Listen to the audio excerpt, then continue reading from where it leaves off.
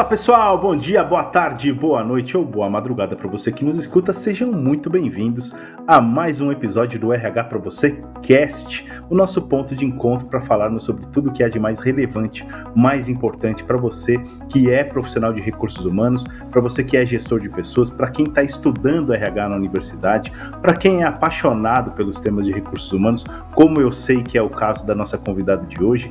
Você que, de fato, se interessa pelos temas de gestão de pessoas, de liderança, de RH, sinta-se em casa, sinta-se à vontade e seja muito bem-vindo à nossa comunidade. Por falar em comunidade, quero deixar aqui o convite para você que está nos ouvindo para seguir o RH para você nas redes sociais. Nós estamos em todas elas, Facebook, Instagram, no LinkedIn. Se a gente somar a company page do RH para você mais o grupo de discussão, já somos quase 270 mil profissionais de recursos humanos trocando ideias e insights por lá. Portanto, óbvio que você não pode ficar fora dessa. Fica aqui o convite para você se conectar com a gente e inclusive se conectar comigo lá no LinkedIn, Daniel Consani. Eu adoro, na verdade, quando os nossos ouvintes, quando a audiência do RH para você e o RH para você Cast entram em contato comigo, porque sempre surgem trocas legais, sempre surgem ideias de pautas também legais. Eu já falei que vários dos temas que a gente traz aqui para o nosso podcast surgem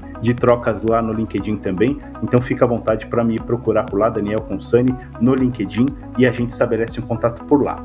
Beleza? Você já viu aí no aplicativo que você estiver usando, Spotify, no YouTube, no Apple Podcasts, no seu aplicativo de podcasts preferido, você já viu que o nosso tema de hoje vai falar sobre o que a gente está chamando aqui de florescimento humano, mas muito para entender de que maneira os profissionais de recursos humanos ou a área de RH em si pode ir além do tradicional quando a gente fala em desenvolvimento humano, quando a gente fala dos programas de T&D.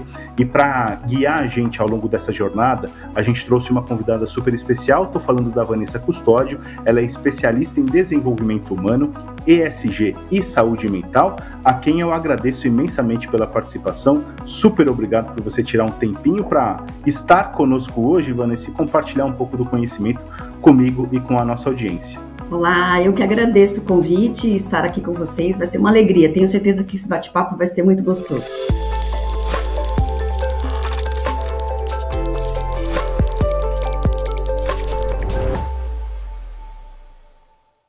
Quando a gente fala de desenvolvimento humano, a gente está normalmente muito ligado ou já associa diretamente essa ideia aos tradicionais programas de treinamento ou educação corporativa, ou o que a gente tem chamado hoje de plataformas de aprendizagem corporativa, e obviamente que isso passa por todo um trabalho didático e pedagógico, ou andragógico, né, a pedagogia para adultos, e é óbvio que tudo isso precisa ser levado em conta dentro das estratégias organizacionais e como os programas de desenvolvimento conversam com os objetivos e as estratégias das organizações. Mas é verdade também que há um desafio constante, e aí eu já quero passar essa primeira pergunta para a nossa convidada, para a gente começar a formar ou a montar esse mosaico desse programa de hoje, do episódio de hoje, sobre o tal florescimento humano, que é ir além, eu imagino pelo menos, Vanessa, ir além daquilo que a gente imagina em termos de programas de educação corporativa ou T&D, né, o chamado T&D. Quero começar te perguntando o que significa na prática promover esse florescimento humano ou ir além dos programas de T&D tradicionais. Legal, é importante a gente saber de onde vem esse termo, né, florescimento humano, de onde vem isso? A gente está emprestando essa terminologia do professor Martin Seligman, que é o psicólogo que cunhou aí a psicologia positiva, né? Então, ele desenvolveu a teoria do bem-estar. Então, o florescimento humano, ele está dentro desta teoria. E o que é a teoria do bem-estar? Ela tem 5 elementos que compõem o bem-estar. Então, vou falar rapidinho aqui de que elementos são esses para a gente entender o que é florescimento humano. Então, o primeiro ponto é de que as pessoas precisam ter emoções positivas, ou seja, ter uma vida agradável. A gente promover a nós mesmos coisas que nos fazem bem, né? Coisas que a gente sente prazer. Ter isso em nossa vida. Outro elemento da teoria do bem-estar é o engajamento, que é quando a gente se propõe a fazer coisas que... Sabe quando a gente faz uma coisa que a gente gosta muito, que a gente nem vê a hora passar? Que você está fazendo um trabalho, alguma coisa que você fica tão envolvido, tão forte, né, que é o flow que a gente chama, com aquela atividade, que você nem vê. Nossa, quando vê já passou um tempão. É porque a gente está efetivamente engajado com uma coisa que nos mobiliza para além de nós, né? Outra coisa, outro elemento do bem-estar é fazer sentido. Aquilo que a gente faz tem que fazer sentido para a gente. Meus alunos brincam comigo e falam assim, quando eles querem me imitar, eles falam assim, faz sentido para você? Faz sentido para você? Eu faço muito essa pergunta para as pessoas. Porque se não estiver fazendo sentido, então a gente está no lugar errado, né, da conversa. Porque precisa fazer sentido. As coisas têm que ter alguma ligação com algo que é importante para dentro de nós. Aquilo estar alinhado com coisas que a gente acredita, num senso de sentido mesmo. O quarto elemento são as relações positivas, que é o nosso relacionamento, são as outras pessoas na nossa vida. E essas outras pessoas, essas relações, elas precisam ser boas, ser positivas, ser saudáveis. Né? A gente precisa se relacionar de um jeito saudável uns com os outros, né?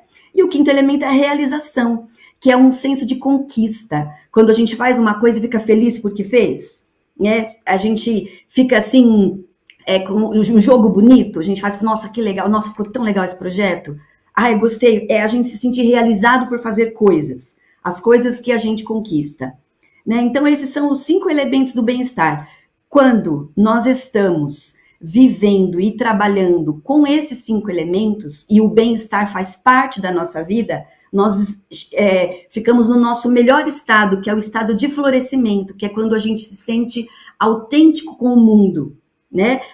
Cumprindo um papel importante no mundo. Então, se o trabalho, né? Agora chegando na questão do desenvolvimento que você falou, se os RHs, o desenvolvimento humano, ele não estiver preocupado com isso, com esses elementos, as pessoas não se sentirão satisfeitas.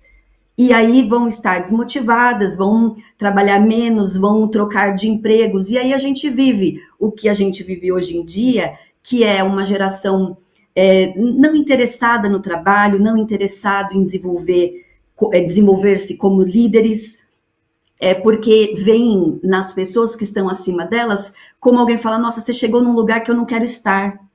Eu não quero chegar nesse lugar que você chegou. Porque para eu chegar nesse lugar e esse preço tão alto que você paga, eu não quero pagar.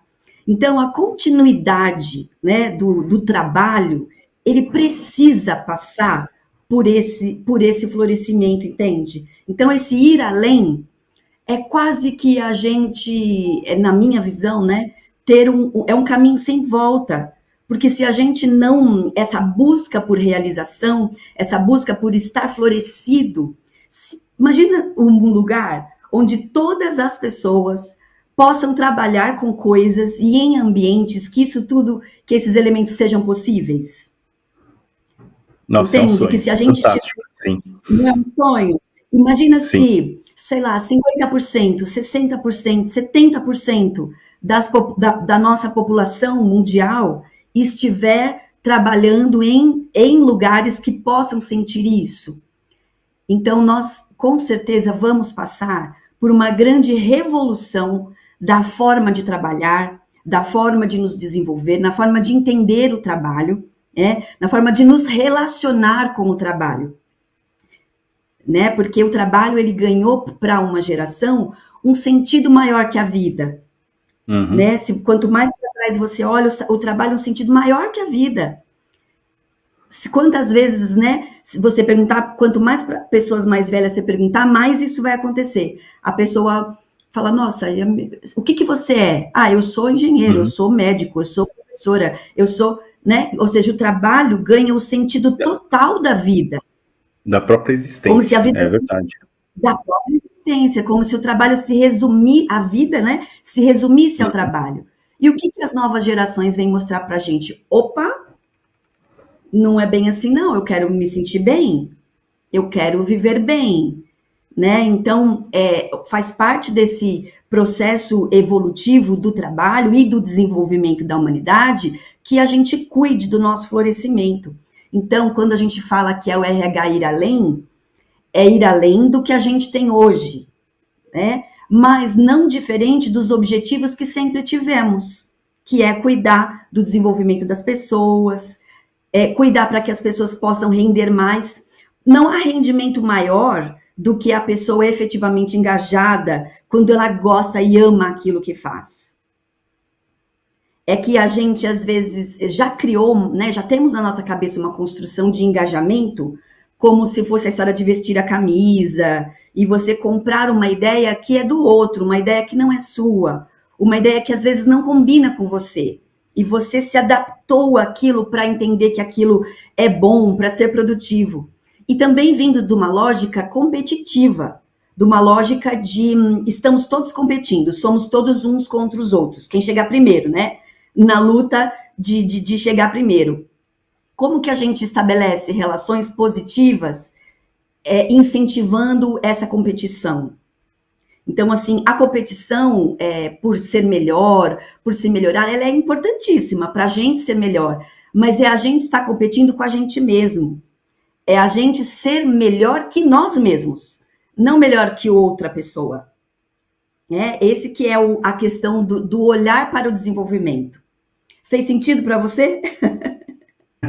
Fez total sentido. E eu comecei quando você diz da necessidade da gente cuidar para que, em certa medida, a gente consiga viver as nossas vidas de acordo com esses 5 elementos do bem-estar que você apresentou agora, Vanessa, o que eu começo a me perguntar é sobre a autorresponsabilidade. Quer dizer, a gente está aqui falando prioritariamente sobre RH e sobre os profissionais de recursos humanos, mas também entendo que o RH tem muitos pratos para equilibrar na organização e tudo mais, e que também essa forma de autorrealização, né, esse sentido de bem-estar com a própria vida, ele passa muito também pelas nossas ações individuais, né, pelas nossas iniciativas.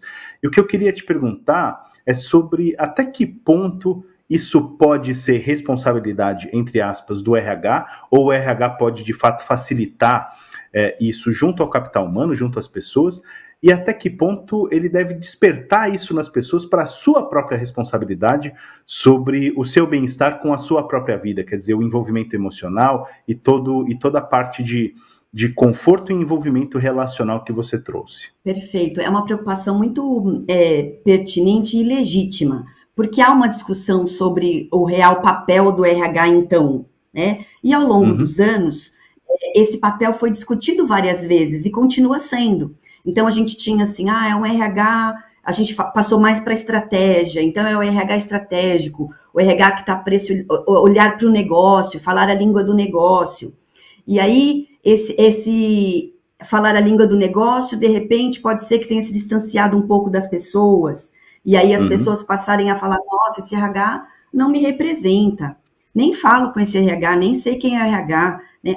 Então a gente muda uma lógica e fala, vamos então implantar o business partner, porque aí a gente coloca um RH lá pertinho das pessoas, lá nos processos, só se reportando a esse RH aqui mais estruturado. E aí de lá, com essas informações de lá, a gente vai ver melhor. Aí a gente ouve lá os business partners querendo falar, gente, vindo para a estratégia nos contar, olha o que está acontecendo com as pessoas estão doentes, está ruim, está... E aí vem uma lógica de, olha, esse RH precisa ser demitido, o RH não está dando resultado. Precisamos mandar embora esse povo, contratamos esse gerente de RH aqui, esse diretor de RH, não está dando resultado, não está dando certo. Então, essa discussão de qual é efetivamente o papel do RH nas organizações, a gente, ao longo dos anos, já foi para lá, já foi para cá, e a gente continua discutindo. É claro que nós trabalhamos na lógica do capital. Somos movidos no capitalismo, então é nessa lógica que a gente trabalha. Mas pensando na essência, pensando nisso que nós estamos falando do engajamento, eu acho que essa pergunta é uma pergunta que cada profissional de RH tem que fazer para si. De qual é efetivamente como que a pessoa se sente em relação ao desenvolvimento humano. Como ela se coloca, como ela se posiciona na vida em relação ao seu propósito em relação ao desenvolvimento das pessoas. Porque tem profissionais que, de repente, trabalham, por exemplo, mais com recrutamento e seleção.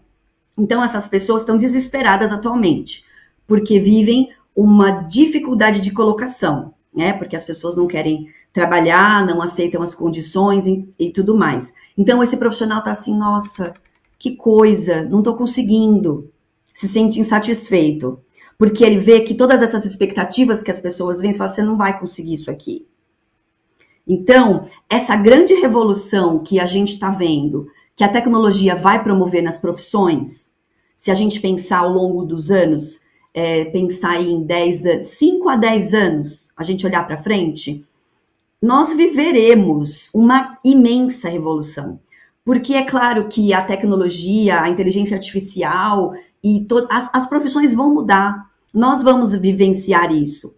Parece uma coisa muito, que vai acontecer. Não, nós já vivemos isso. Foi quando chegou o computador, isso aconteceu. Quando chegou a internet, isso aconteceu. E agora, com essas outras tecnologias, também vai acontecer.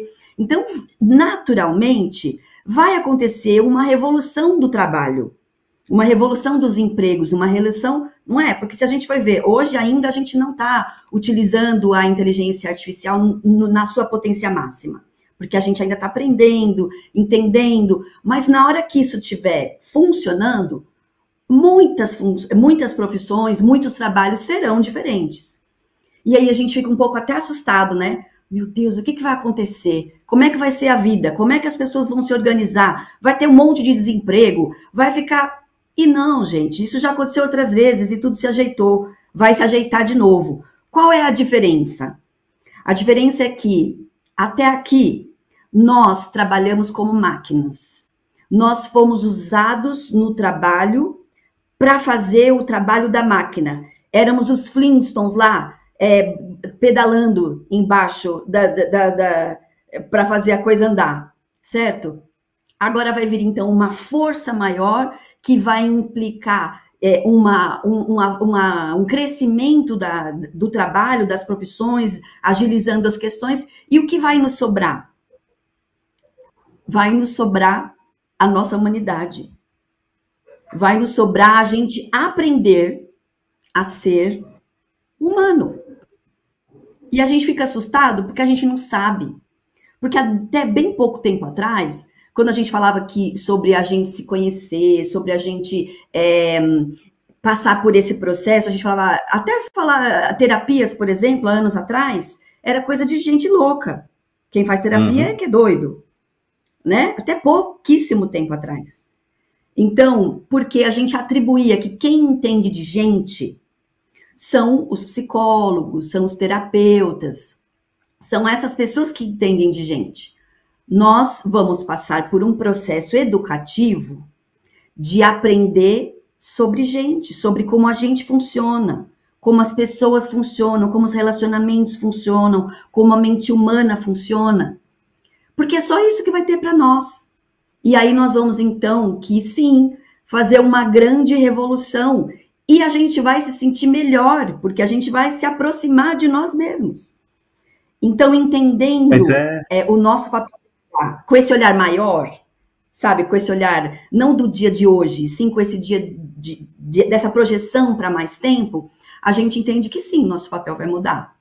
Perfeito. Mas é incrível como isso gera receio, né? Como isso gera medo até, porque, de fato, é como se a gente tivesse acostumado, por tantas décadas ou séculos até, a emular as máquinas, ou seja, a gente associava o trabalho a um movimento naturalmente repetitivo, alguma coisa assim, em que uma peça de uma engrenagem maior, e de uma forma ou de outra, isso, a pulsão que a gente sente em nos aproximarmos do ser humano e a lida com o ser humano, a gestão de pessoas é um desafio enorme, né?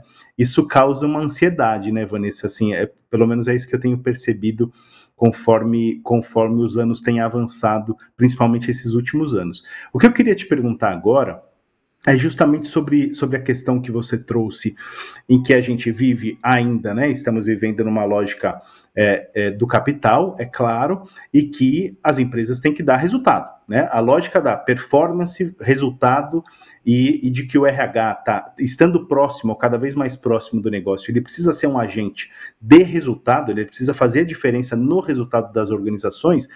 Isso ainda é bastante presente, não vejo por princípio, nada errado com isso, mas a gente entende que pode haver uma dicotomia, ou que muita gente pode ver nisso, uma dicotomia entre o resultado buscado pela organização e o bem-estar das pessoas, ou o florescimento humano, conforme o nosso tema do episódio reza. O que eu queria te perguntar é como não viver essa dicotomia, quer dizer, como de uma forma ou de outra conciliar essas ideias, e também te perguntar quais são os riscos, né, da gente limitar o desenvolvimento das pessoas às competências que são necessárias para trazer resultado para as empresas. Sim, porque essa lógica do desenvolvimento da competência mais fixa nesse resultado imediato. Qual é o problema desse lugar que a gente está falando, né? É o excesso. Porque, assim, a lógica do capital, ela não tem problema. A questão é que quando ela é excessiva para um lado, ela causa uma desigualdade muito grande. Então, nós vivemos no nosso Brasil uma desigualdade social muito grande, uma disparidade muito grande. Então, o que acontece é que esse senso de injustiça é desse lugar que os jovens estão hoje. É injusto, não é certo, não quero contribuir com isso. Então, assim, há de se pensar em lógicas de mais equilíbrio, sabe? E toda vez que vem essa fala, tem-se uma ideia de paternalismo, ou que então você vai adotar todas as pessoas. Não é esse o ponto. A questão é, as pessoas precisam ter vida digna. O mínimo para se viver dignamente. Então, assim, quando a gente passa a olhar para outro ser humano, vendo a indignidade acontecendo, e isso não acontece nada com a gente como sociedade não se mobiliza, a gente não acha isso errado, a gente vê uma pessoa na rua deitada, com fome, suja, e a gente passa como se isso não tivesse acontecendo. A gente invisibiliza o outro humano. Então, como a gente pode falar de desenvolvimento humano, falar de nos desenvolver, se nós estamos deixando outros humanos invisíveis? Como se a gente não estivesse enxergando a grande desigualdade. Quando a gente olha lá no LinkedIn, os jovens falando, olha o metrô lotado, olha o que é enfrentar para ir trabalhar. A gente fala, você tem que se esforçar, você tem que fazer. E não a gente se imaginar na pele daquele humano que está passando por aquela situação. Então, assim, a lógica do capital, ela tem que vir não para uma distribuição, porque as pessoas precisam trabalhar, precisam ser úteis, né? Não tem nada que a gente tem na nossa vida que não tenha sido de uma forma coletiva. Essa roupa que eu estou vestindo não foi eu que fabriquei. Alguém fabricou essa roupa para ela chegar aqui em mim. Alguém colheu aquele alimento que eu vou comer. Então, assim, nós trabalhamos numa lógica de coletividade. Nós vivemos num coletivo e precisamos uns dos outros. Então, se a gente se entender que nós estamos conectados uns com os outros, e as empresas, as organizações também, e que a empresa, apesar dessa lógica de capital, ela cumpre uma função social na sociedade.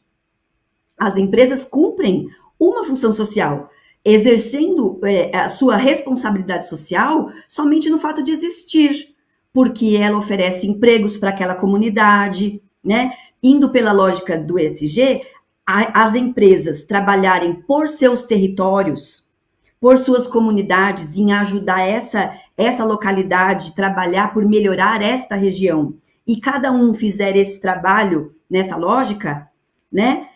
A gente passa por mudar algumas coisas, porque a gente se entender como responsáveis uns pelos outros, de uma maneira maior, né? E nós estamos muito ocupados com o dia de hoje, né?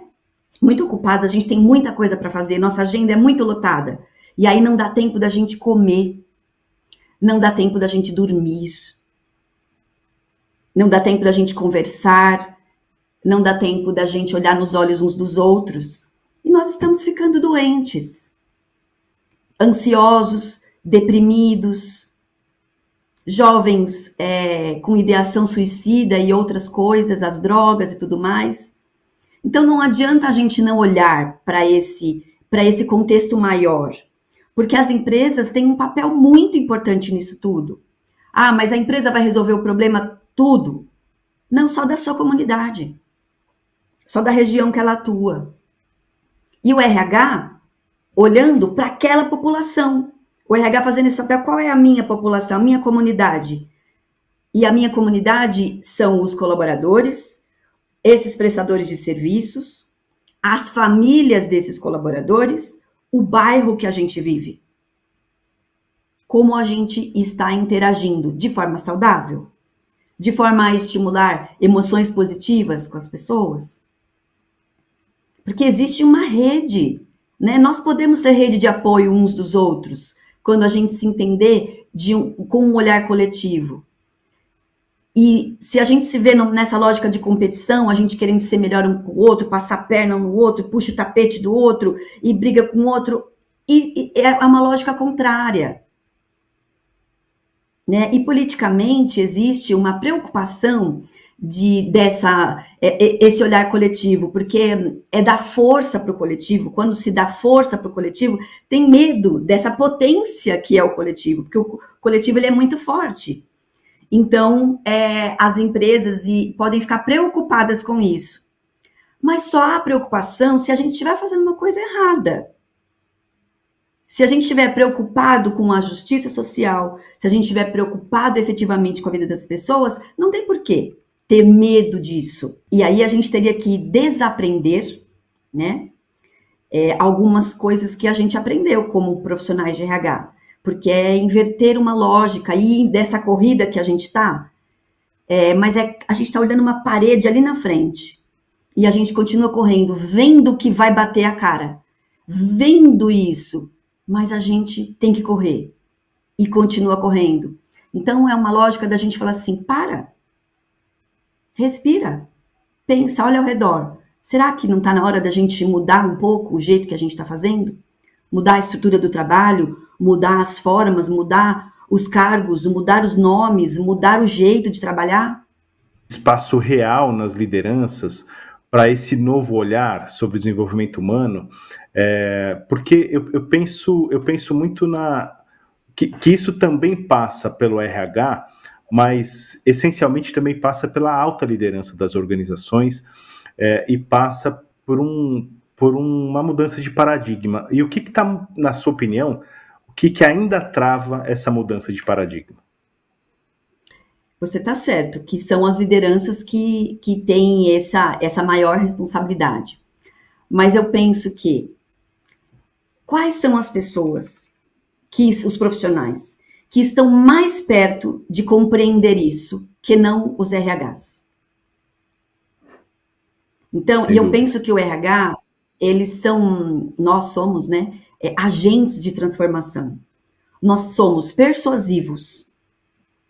Nós somos convincentes. Nós somos bons comunicadores. A gente entende de gente, né? A gente sabe essa mecânica de como um funciona, de como o outro funciona. Então, se a gente se coloca, se enxerga nesse papel de agente de transformação, e a gente se coloca como rede de apoio uns dos outros, né, os RHs, que é um pouco a proposta do programa aqui, que é a gente colocar outros profissionais de RH para pensar, né? Então eu penso assim, nós somos os profissionais que estamos mais perto de compreender isso e de conseguir ser um agente importante nessa mudança, tanto com os colaboradores quanto com essa alta liderança. E claro, vai ter lideranças que não vão ouvir, que não vão entender, mas outras vão entender e na massa, né, as coisas vão acontecer. Existe uma resistência de não mudança, claro que existe, porque é a lei do mínimo esforço. Está confortável assim para as empresas. O que acontece é que, qual é o movimento novo e diferente que a gente está vendo? A geração nova trazendo um recado de que e se não tiver mão de obra? E se não tiver gente para trabalhar, o que vai acontecer? Eu converso com os colegas que falam que as vagas que a gente fechava em 5 dias, a gente demora 2 meses, 3 meses, 4 meses para fechar. Uma vaga que a gente demorava 4 dias. Uhum. Pesquisas mostram que sobre esse problema de recolocação, 90% das empresas vivem esse problema hoje. 90% das empresas vivem esse problema de mão de obra. E vivemos um problema social e coletivo. Não tem como a gente fingir que isso não está acontecendo. Existe esse problema. Então, nós estamos num lugar que, se a gente não colocar essas questões, essas dúvidas e esse novo olhar, o que vai ser? Eu acho que, por um lado, a inteligência artificial vai nos ajudar. Porque a falta de mão de obra que pode acontecer em função desse apagão, vamos dizer, a inteligência artificial vai cobrir uma parte. Então, eu acho que o barulho não vai ser tão grande, porque ela vai vir suprir um pouco disso. Mas não só, né? Porque há muita transformação a ser feita. Vanessa, eu quero agradecer imensamente pela sua participação. Super obrigado por ter compartilhado tanto conhecimento legal com a gente, com a nossa audiência, e desejo muito sucesso para você. Eu que agradeço a oportunidade de deixar uma sementinha aqui, né? Eu sei que pode ser que para muitas empresas isso pode ser uma coisa que está longe, longe, né? Mas se a gente devagarinho, né, semeando, regando a plantinha ali, as coisas vão acontecer, porque as transformações vão acontecer de toda forma. A gente é que precisa ir se adaptando a elas. Que a gente seja parte da solução e não do problema, né? Obrigado mais uma vez.